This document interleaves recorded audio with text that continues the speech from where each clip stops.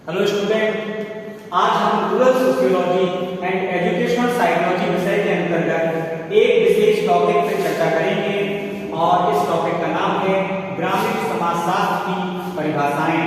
तो मैंने कुछ परिभाषाएं आपके सामने लिख रखी हैं, आप देख पा रहे होंगे, और ये सभी परिभाषाएं पश्चिमी समाजशास्त्रियों के द्वारा दी गई हैं, जिनका ग्रामीण समाजशास्त्र के अध्ययन में विशेष महत्व है। पहली परिभाषा है एफ.एस. चैप्टन के अनुसार उन्होंने बताया है कि ग्रामीण जीवन का समाजशास्त्र गांव में निवास करने वाली जनसंख्या, ग्रामीण संगठन तथा ग्रामीण समाज में कार्यरत सामाजिक प्रतिक्रियाओं का अध्ययन है। अर्थात ग्रामीण समाजशास्त्र के अंतर्गत हम गांव में रहने वाले रहन सहन का स्तर, स्टेटस चेक करते हैं। इसके साथ ही साथ गांव में किस प्रकार के लोगों की जनसंख्या निवास करती है, इसका भी अध्ययन किया जाता है, और ग्रामीण संगठन किस प्रकार से वहां पर गांव के विकास में सहयोग दे पा रहे हैं, इसका भी अध्ययन ग्रामीण समाजशास्त्र में किया जाता है। साथ ही साथ ग्रामीण समाज में कार्यरत सामाजिक प्रतिक्रियाओं का भी अध्ययन किया जाता है। जब भी ग्रामीण विकास का कोई कार्य होता है तो निश्चित रूप से उस क्रिया की कुछ प्रतिक्रिया भी अवश्य देखने को मिलती है, और इसी बात में किसी ग्राम समाज का विकास निहित होता है। एल नेल्सन ने बताया है कि ग्रामीण समाजशास्त्र की विषय सामग्री विभिन्न प्रकार के समूह जैसे कि ग्रामीण पर्यावरण में पाए जाते हैं का विश्लेषण करने का काम करता है।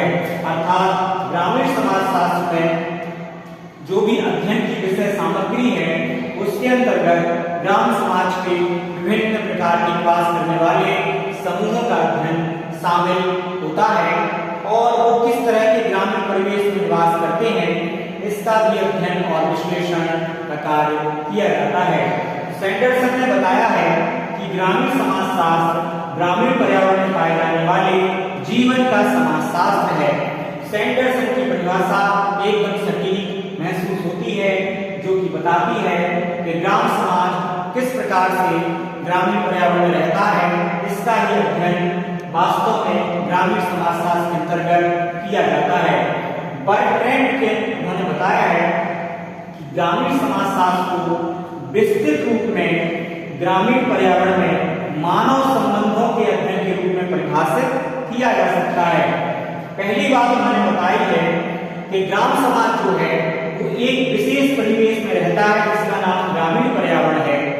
आप देख सकते हैं कि नगरीय पर्यावरण और ग्रामीण पर्यावरण में जमीन आसमान का फर्क होता है। इसी के साथ साथ आप ये भी देखते हैं कि नगरीय मानव संबंधों में और ग्रामीण मानव संबंधों में भी बहुत अधिक असमानता देखने को मिलती है। तो बर्ट्रैंड ने बताया है कि हम वास्तव में ग्रामीण समाज शास्त्र में ग्राम समाज का अध्ययन करते हैं, ग्रामीण पर्यावरण का अध्ययन करते हैं, और उसमें रहने वाले मानवों के बीच में भी आपसी संबंधों का अध्ययन करते हैं। अंतिम जो परिभाषा है लीन स्मिथ के द्वारा दी गई है, जिन्होंने बताया है कि ग्रामीण संबंधों के अध्ययन या व्यवस्थित ज्ञान को ग्रामीण जीवन का समाज का शास्त्र कहा जा सकता है। अर्थात ग्रामीणों के बीच में आपसी संबंध होते हैं, उनका ही व्यवस्थित रूप से ग्राम जीवन के साथ साथ अध्ययन करना ही वास्तव में समाजशास्त्र कहलाता है। और चूंकि यह ग्राम क्षेत्र में किया जा रहा है, इसलिए इसको ग्रामीण समाजशास्त्र कहा जा सकता है।